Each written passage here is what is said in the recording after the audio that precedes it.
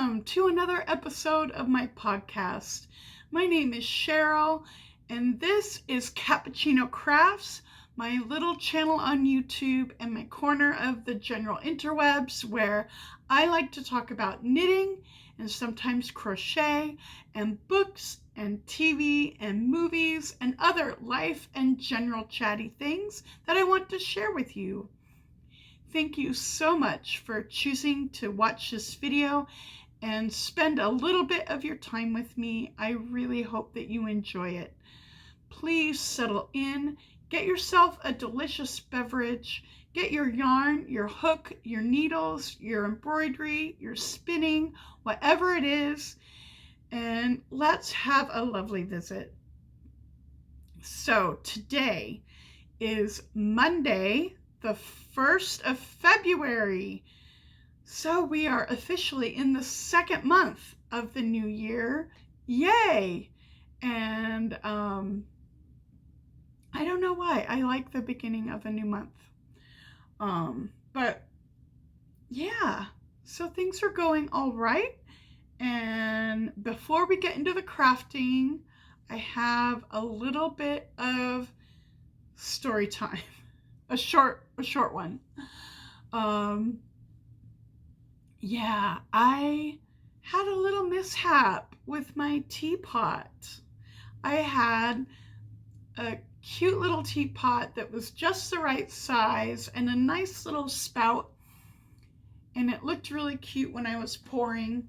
I even recorded a couple of pouring snippets that I put into a couple of episodes. But yeah, the only thing with this spout, it was not a whistling spout. And every once in a while I would let it boil for a little while, but this time was really, it didn't happen a lot, but it did happen occasionally. And then it happened again, and here we are. Yeah, I wanted tea and I put water on to boil. And then I went and I started, actually I was editing video. I was editing a video for the YouTube channel, and I just got so wrapped up in my project I forgot it. And then I was like uploading and I was doing anyway, I just, for about 3 hours it boiled, and I totally forgot I had started to make tea, and it boiled dry. It is totally black inside this cute little pot. I killed it. So I needed a new kettle. I got one. It's bigger, but it has a whistle. And that is really helpful. I really like the whistle. It calls me when the water is ready, and I will not forget that it is sitting there heating up. And it works really well. And it's kind of cute. The spout isn't cute, but it's not, it's a nice pot. It's a nice tea kettle. And so yeah, I needed to get that, and I'm a little sad about my first teapot, but what are you gonna do? And I learned that a whistle is essential for me. I need it. Anyway, so yeah. So that happened, and now crafting. I am fully in all the charts. This is the body. This section here is the back. This is across the back right here. And this is the front, and this is the front.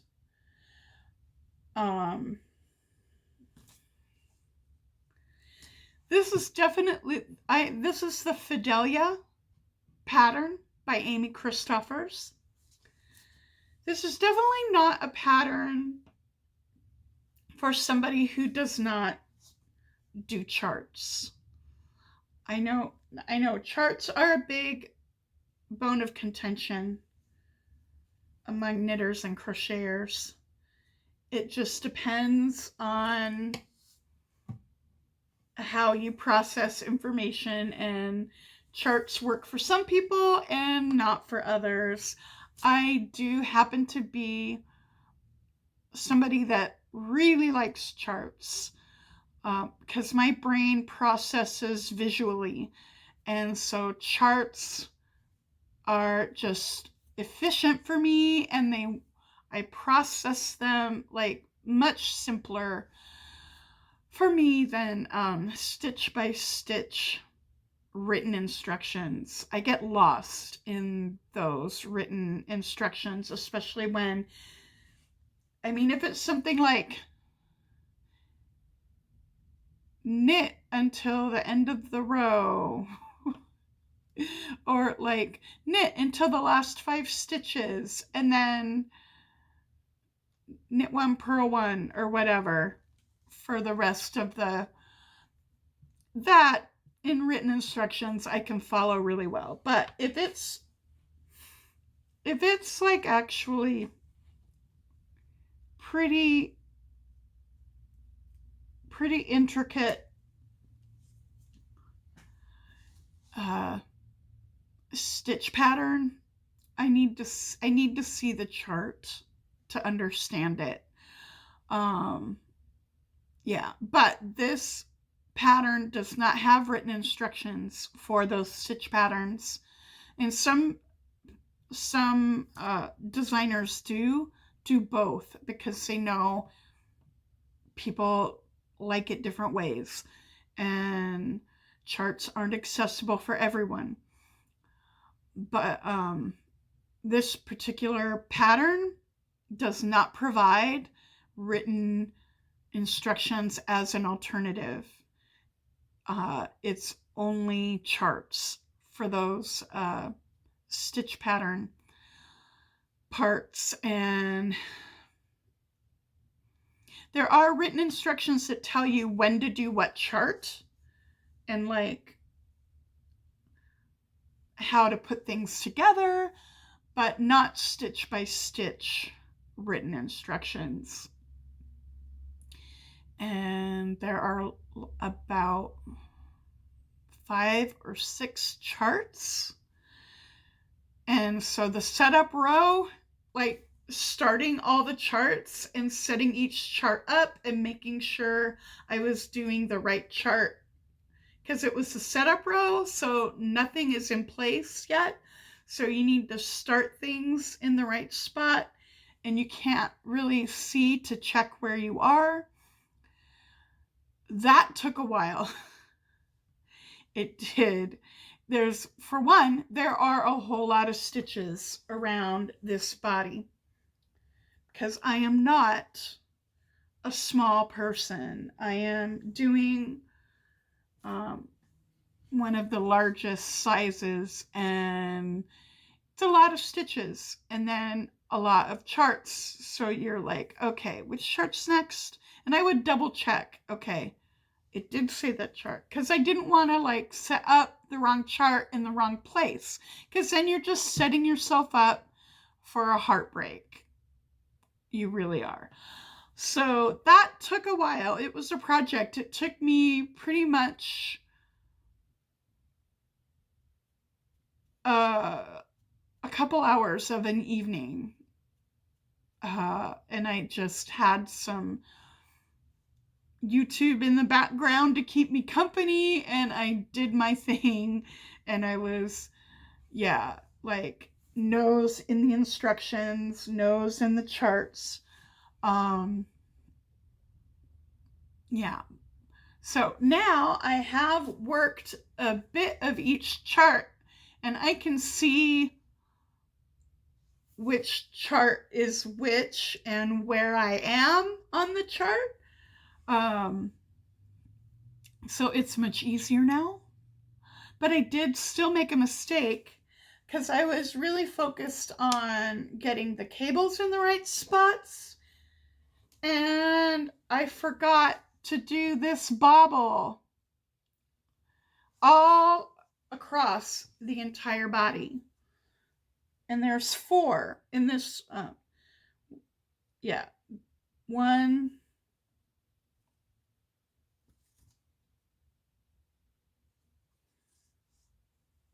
2, on this side, 3, and then right here on this edge, 4. I'd forgotten to do those. And I didn't realize it until like 2 rows later. And I'm like, because I'm like, when's the bobble gonna come back? And then I'm like, oh, you missed it. You missed it. So I was like, oh, what am I gonna do? So I was like, I do not want to rip out. And I don't even tinking, which is backwards knitting to take out your stitches. It's slower and it's a little safer because you are doing stitch by stitch and you know you're not going to drop a stitch. But I'm like, there are so many like slip stitches, crossed cables. It was a lot. And I'm like, I don't want to end up while I'm tinking and end up messing something else up and having more problems. So what I did, I had an idea.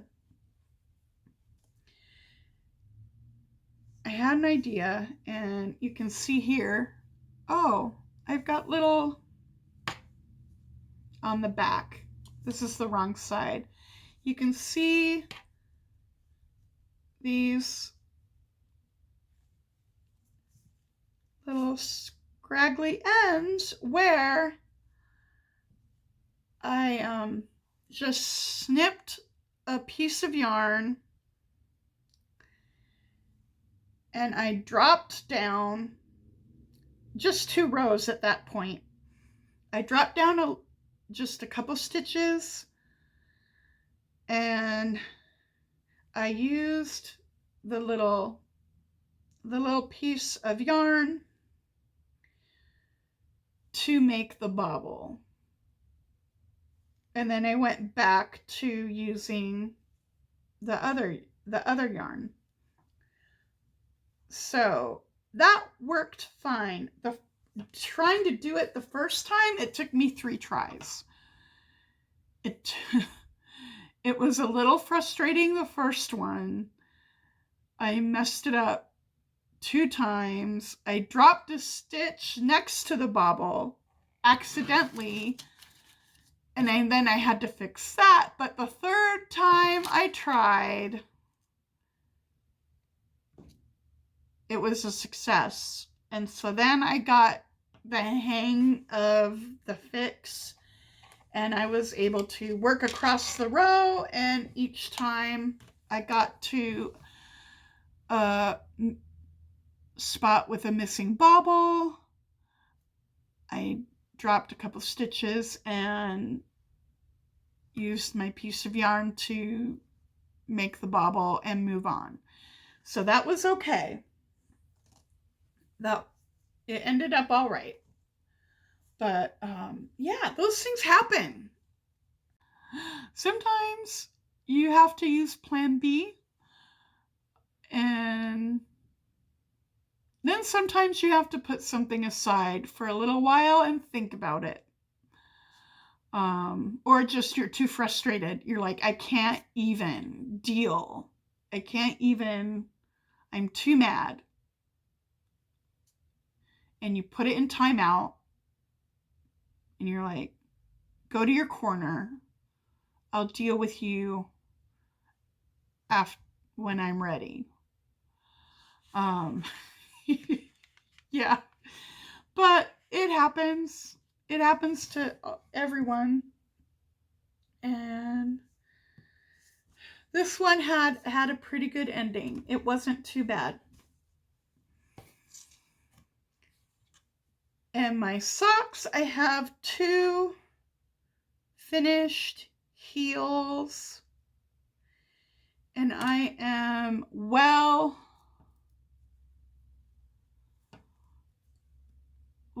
into decreasing the gusset. I think I only have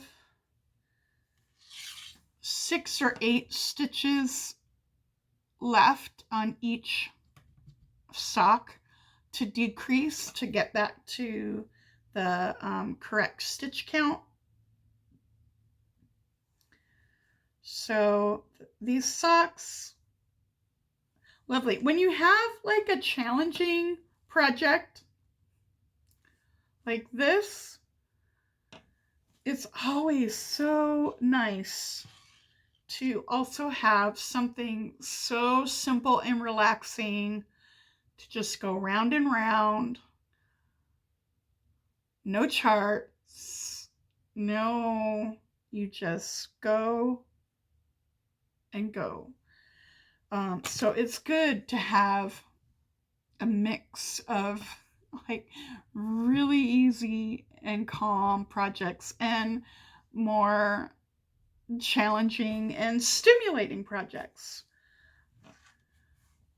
And it's been a little bit since I've done a more challenging project, so I'm really glad that I'm doing this cardigan. And these are my first bobbles. I have never done bobbles before. And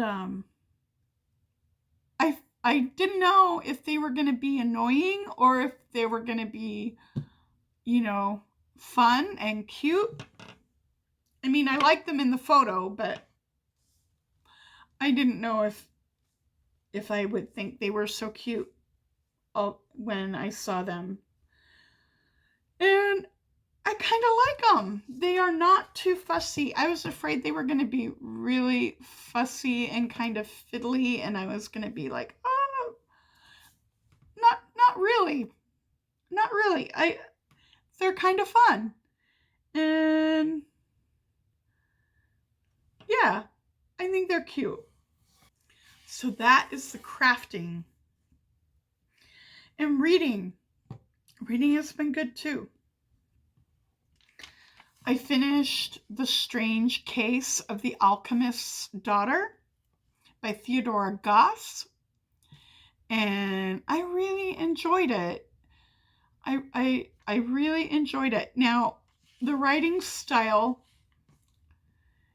it may not work for everyone because she has the characters like interrupting each other and talking about the story as one of the characters is in the process of writing it all down. So it's kind of meta that way, as far as like they're writing it and then they're talking about how they want to tell the story, and then they're getting in little arguments about that's not how it happened, or why are you telling it that way, or blah blah. It's also very meta in that it's definitely meta about other literature, specifically like Gothic, classic Gothic characters. The writing style, like with those interruptions, like there's the story that she's writing, and then there's their little interactions as she's writing the story. That may not work for everyone. I did sometimes feel like it interrupted a bit much. But it wasn't enough that it wasn't quite bothering me. So it was okay for me. I didn't love it. But it was okay. It wasn't necessarily causing a problem for me. And I did feel like their interactions with each other was a part of their showing their personalities and showing their relationships with each other. Because I feel like the big part of this book, yes, the mystery story, is the plot part. And I enjoyed the mystery. But also, equally important is this is really about a found family. All of these young women they do not fit in society. They all are very different, and they cannot be conventional women. They are not conventional Victorian women, and they can't make themselves fit that in any way. So they are finding each other, but also learning to work together because they have to, because there is an imminent threat that they need to deal with. So they're forced to work together, and in that process, they are forging a found family and learning to trust each other, at least a little bit. And so there's these, that is a big part of the book too, which I really enjoy. I love a found family. I love to read about it in books, and yeah, I love that. So that was The Strange Case of the Alchemist's Daughter. And then I started a new book a couple of days ago, which is The House on the Cerulean Sea by T.J. Klune. It came in, it was a digital hold. The ebook became available on my library app, and I've been really excited to read this book. And I put it on hold a long time ago, and I was like, oh yes, it came in. And everybody that I have heard describe this book, when I've seen people talk about it in their videos, describe it as a warm hug. And I'm not super far into it. I'm only like 20%, but I'm starting to get that feel, and it is, I'm really liking it, and a warm hug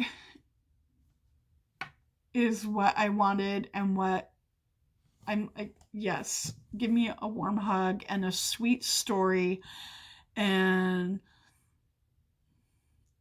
a little bit of fantasy thrown in, because it is a fantasy world. What it is, if you're not watching booktube videos on the regular and you are not familiar with this book, then the setup is there are people with magical powers and different kinds of magical creatures, and there is a government agency, DICMY,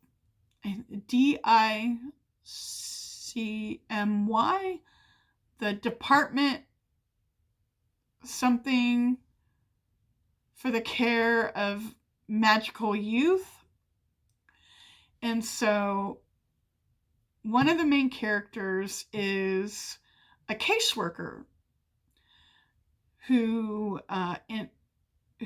inspects different group homes for magical children who, for whatever reason, don't have a place or a family to care for them. So they go to these homes and they are raised, just like our child welfare services, except these are for magical kids. So he is a caseworker. He goes into these group homes, makes sure everything is run properly and all the children are well cared for and safe. And because these are magical children and the normal people feel kind of threatened often by them and that their powers might be dangerous, they also want to make sure that they are safe from harming other people, like harming the other kids, but also harming the public at large. So this caseworker is sent to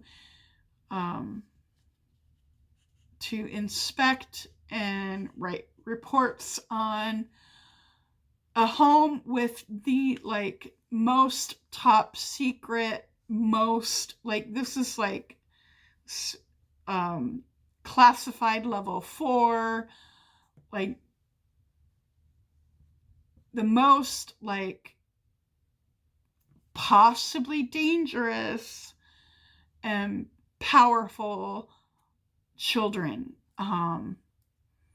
that they and so he's sent to make sure that everything is going the way that it should. And then because these children are in some ways maybe a little bit extreme, this is not your run-of-the-mill orthodox kind of group home. But this caseworker is a very by the book, follow all the rules, do things the right way. He's definitely in for some surprises, and to have some of his assumptions and beliefs challenged about how these children should be treated and how they should be viewed and what so is. And then there's also a kind of a romance that will come between the head of the group home and the caseworker, which I think is going to be really sweet. And the children, he just arrived at the home. It's not that easy to get to. And just meeting the children right now, and the children are so fun and adorable and different, and then there's going to be this sweet little slow burn romance, and this is a very cuddly hug of a book, and I am already it's already got my heart. It had me at hello. It really did. Anyway, so that's the reading. I've still been watching the BBC series The Watch, which is an adaptation of the City Watch sub-series of Discworld by Terry Pratchett. And it's fun. I know from I've actually heard from some people who have read the Discworld that it is very like not